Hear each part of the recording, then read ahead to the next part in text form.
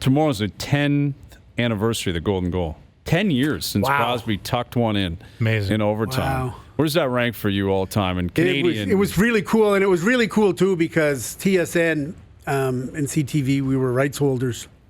So myself and Darren Pang and James Duffy and Nick Kiprios, because it was a joint venture with our friends over at Rogers. And we had the best location ever for this thing. So there's the rink. There's the Zamboni entrance, where the Zamboni comes off. At the end where Sid got the goal.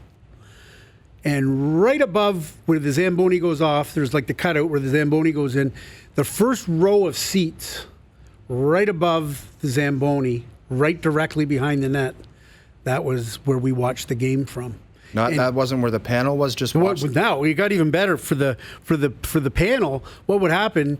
The Zamboni would go on the ice, and when the Zamboni went on the ice, they hit a button and they hydrauliced out a stage over top of the Zamboni, and literally the set, like we're sitting on here, was somehow pressed into the stage, and they popped it up, and they pop it up.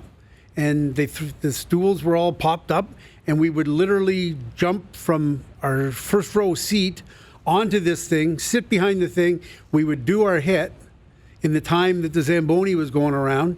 We would hop off because this thing had to close up before the Zamboni came off, and they would pop the set and the stools back down, and they'd hydraulic it back in, and the Zamboni would come off. So for the overtime, we were sitting, I was like 10 feet away from the back of the net. Wow. You know, so you knew it went in. I could hear Sidney Crosby yell Iggy. Right. Because it was kind of similar angle to the Patrick Kane Cup winner. Yeah. Like it was on an angle, and he knew it was in, and with his reaction, everyone knew it was in. But I'm sure people on the other end of the rink weren't quite certain. Yeah, the 5-hole goal that goes along the ice and like slides underneath the padding. It's not the most obvious. That, by the way, the Patrick Kane one in Philadelphia. There were a lot of Philadelphia fans to this day. Not to this day, but they were an ornery lot. Right. And we were way up in the Ox box at that one. I was the farthest away from where we were in Vancouver, but we were getting ready to do our hits outside in our set, and the Philly fans were coming out, and they were, it's garbage, it didn't go in, and it's a fix. And we're like, it went in. It definitely went in. And that wasn't a wise strategy, telling Philadelphia fans that the puck was actually in the net when they believed it wasn't. Oh, I totally agree with them. Yeah. To get out of there, I'd be like, you're right. Yeah, you're right. 100% conspiracy theory. Yeah, 10 years since the Golden Goal. That'll be tomorrow. That's crazy. Yeah, like I don't know where it ranks all time. You know what? Henderson and Lemieux. For me, from a Canadian international hockey perspective, there's one that's the pinnacle, and it's obviously 72. And for like the silver-held millennials like Frank Saravalli, and I'm getting there with the silver. And you kids, right.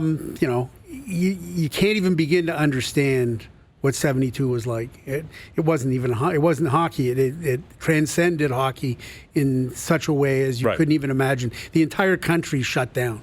Like there was nobody driving on the roads while that game was on. Like it was just, and then when Henderson scored, everybody just, people were out banging pots and pans and what have you. So anyways, that was unbelievable. Pinnacle of all international hockey for Canada ever. Nothing will ever touch it. The next touchstone moment was 87 and the Mario goal in the 3 games, 6-5, 6-5, 6-5. That for me, the most meaningful was 72. Hockey played at its highest level was 1987 until I saw the 2010 Olympics. And that 2010 Olympics probably superseded 87 for me. Well, tomorrow I think we'll be looking back on history a lot. So I think Jerome McGinley's going to join us tomorrow. We're looking forward to that. Maybe Drew Doughty tomorrow. So we'll see. You know what I remember about that 2010 too was Doughty and Duncan Keith on the ice like all the time and playing defense at the highest level possible. Yeah, Keith won the Norris that year too, and a cup. Pretty good year for him.